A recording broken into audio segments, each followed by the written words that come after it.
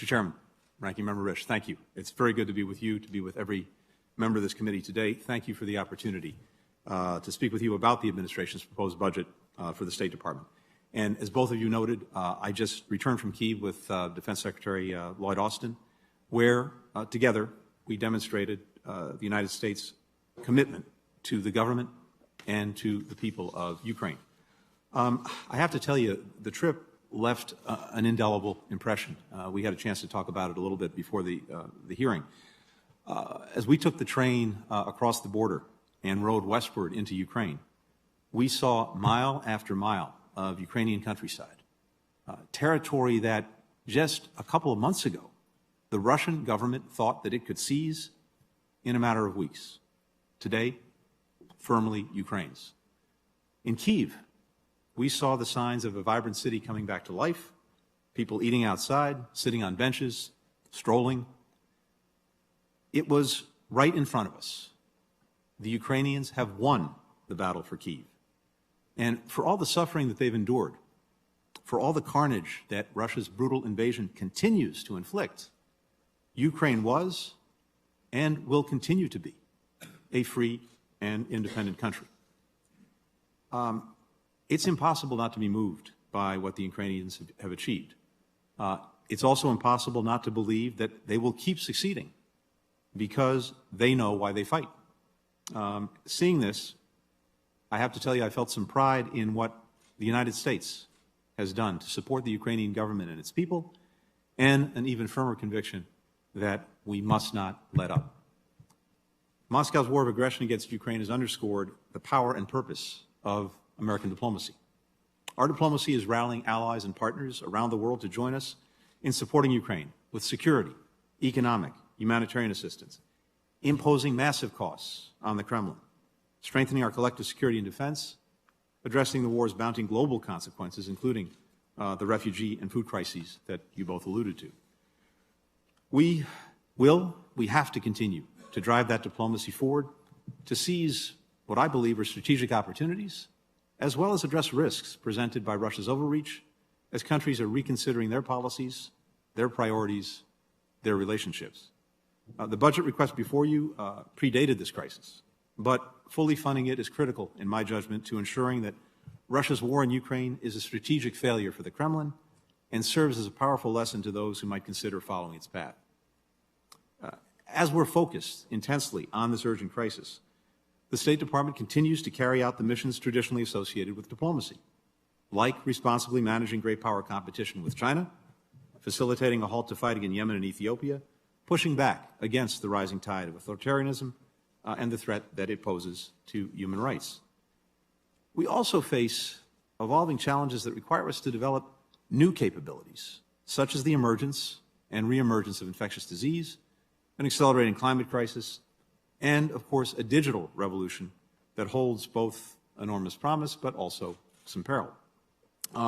Last fall, I had an opportunity to set out a modernization agenda for the department and for U.S. diplomacy to respond to these complex demands.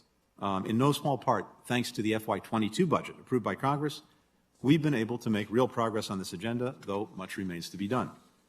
To give just a few examples, we have strengthened our capacity to shape the ongoing technological revolution so that it actually protects our interests, it boosts our competitiveness, it upholds our values. With bipartisan congressional support and encouragement, we recently launched a new Bureau for Cyberspace and Digital Policy with 60 team members to start. And I am grateful to Congress, to this committee, for long supporting this effort, for the ideas that you shared in how best to do it.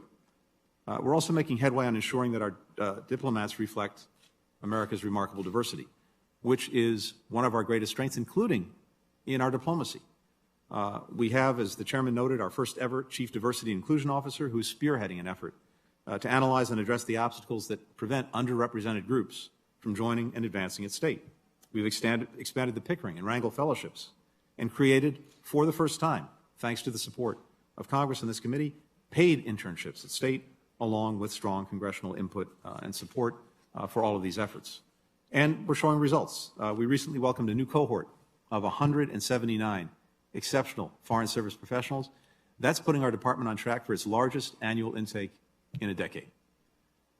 My first 15 months in this job have only strengthened my own conviction that these and other reforms are not just worthwhile, they're essential to our national security and to delivering for the people we represent. Today's meeting marks, by our count, the 100th time that I've had an opportunity to brief Congress, which is one of the ways I've worked to meet the commitment that I made in my confirmation before this committee to restore Congress's role as a partner both in our foreign policy making and in revitalizing the State Department.